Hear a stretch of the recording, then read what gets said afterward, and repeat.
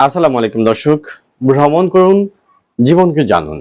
জীবনের অনেক প্রশ্ন আমরা উত্তর খুঁজে পাই না। সে উত্তরগুলো খোঁজার জন্য অবশ্যই আপনাকে ভ্রমণ করতে হবে। ভ্রমণের মাধ্যমে আপনি যে জ্ঞান এবং যে উপলব্ধি পেতে পারেন তা কিন্তু কোনো বই পড়ে, কোনো বিশ্ববিদ্যালয়ে গিয়ে আপনি শিখবেন না।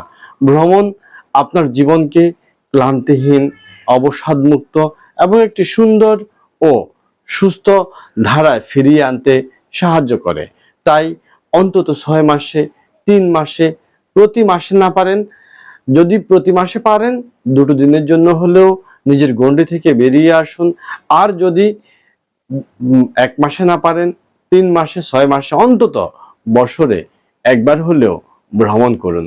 মনে রাখবেন, ভ্রমণ আপনার মানসিক যে সুস্থতা, সে মানসিক সুস্থতার এক মহা ঔষধ। আসুন, আজকে আমি আপনাদেরকে দেখাবো একটি আহ, কাগজ দিয়ে প্লেট তৈরি করার কারখানা। চলুন ঘুরে আসি।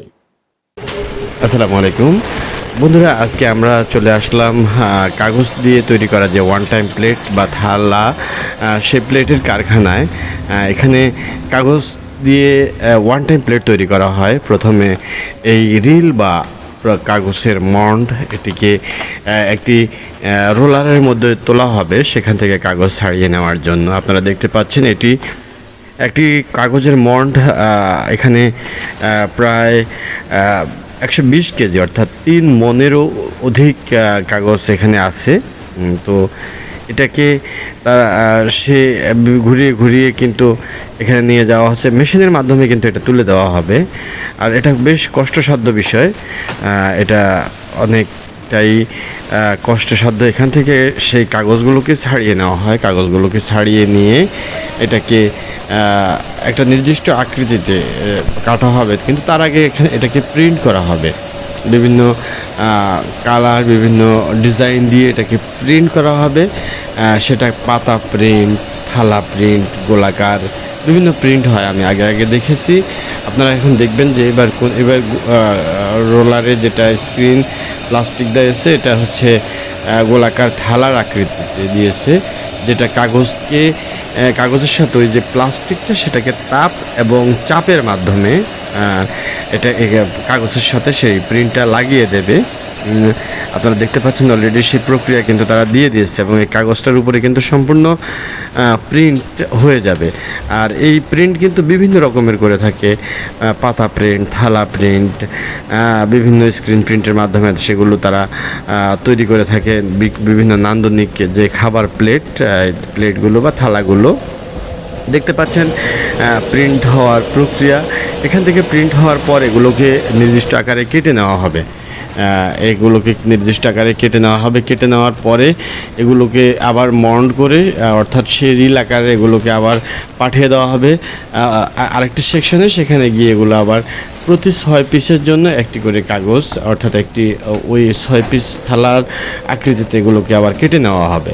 কেটে নেওয়ার পরে এগুলো একসাথে 20 পিস, 30 পিস করে আবার সাজিয়ে নেওয়া হবে। আপনারা দেখতে পাচ্ছেন, দেখতে থাকুন। আমি আগে দেখে নিয়েছি বলে আগে বলতেছি, আপনারা দেখুন, তারপর আপনাদেরকে বলতেছি। এই যে এখান থেকে কিন্তু নির্দিষ্ট আকারে কিন্তু এটা নির্দিষ্ট আকার দিয়ে কাটা হচ্ছে। দেখুন, এটা কিন্তু হাত দিয়ে কাটা হচ্ছে, মেশিন দিয়ে কাটতেছে, এবং একসাথে 30 পিস, 35 পিস, 25 পিস এভাবে প্লেট তৈরি হবে। এভাবে একসাথে একের উপরে এক কাগজ দিয়ে এগুলোকে আবার সাজানো হবে।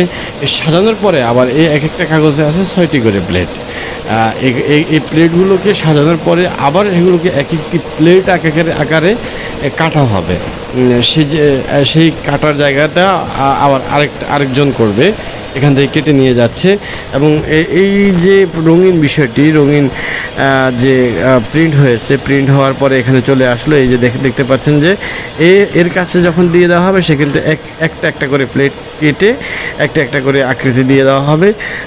এর কাজ হচ্ছে শুধু এতটুকু কেটে দেওয়ার পরে সে আবার ভিন্ন সেকশনে এটা পাঠিয়ে দেবে।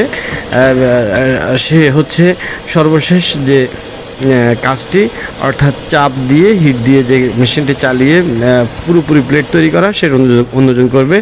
আর এখান থেকে এই এক একটি প্লেটের যে এটাকে তারা প্লেটই বলে কিংবা খাজ বলে, এটাকে কেটে দেওয়া হচ্ছে। কেটে দেওয়ার পরে নিয়ে যাওয়া হচ্ছে এই সর্বশেষ যে মেকানিক কিংবা সর্বশেষ কারিগর, সে কিন্তু অলরেডি এটা দিয়েছে। আর এখান কিন্তু সে প্লেট হয়ে বের হয়ে যাবে। দেখছেন অলরেডি প্লেট হয়ে গেছে।